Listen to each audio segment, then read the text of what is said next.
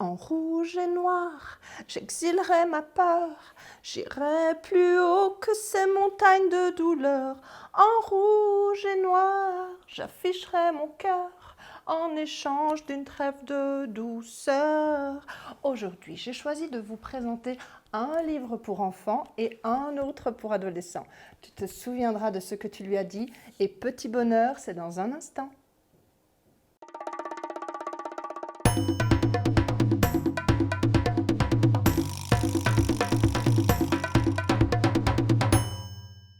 Petit bonheur, c'est un premier livre pour l'illustratrice Romane Lecaillé qui vit à Nîmes, dans la commune de Autan. Un très chouette livre jeunesse dans lequel on va suivre Sophie et son chien Erickson. Ils vivent dans un village assez étrange, entouré de forêts et de monstres. Non, ce n'est pas vraiment étrange, hein, me direz-vous, mais ce qu'il est par contre, c'est qu'il n'y a aucune trace de bonheur dans le village de Sophie. Personne ne sourit. La grisaille et la tristesse font partie du quotidien. Or, un jour, en feuilletant l'album photo de sa grand-mère, Sophie découvre de drôles de grimaces sur les visages. Ce sont en réalité des sourires. La jeune aventurière décide alors de partir à la recherche de tous ces petits bonheurs qui rendaient les gens si heureux il y a bien longtemps. Un premier album pour enfants très réussi et on souhaite à Romane Lecaillé de persévérer dans ce milieu. Petit bonheur par Romane Lecaillé.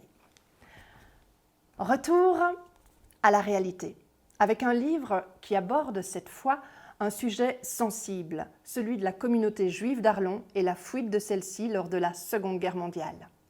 Un livre qui s'adresse à un public dès l'adolescence. La communauté juive d'Arlon, qui mieux qu'Angélique Burnotte pour en parler. Angélique, elle est originaire d'Arlon et elle est actuellement chercheuse et assistante de direction à l'Institut d'études du judaïsme à Bruxelles.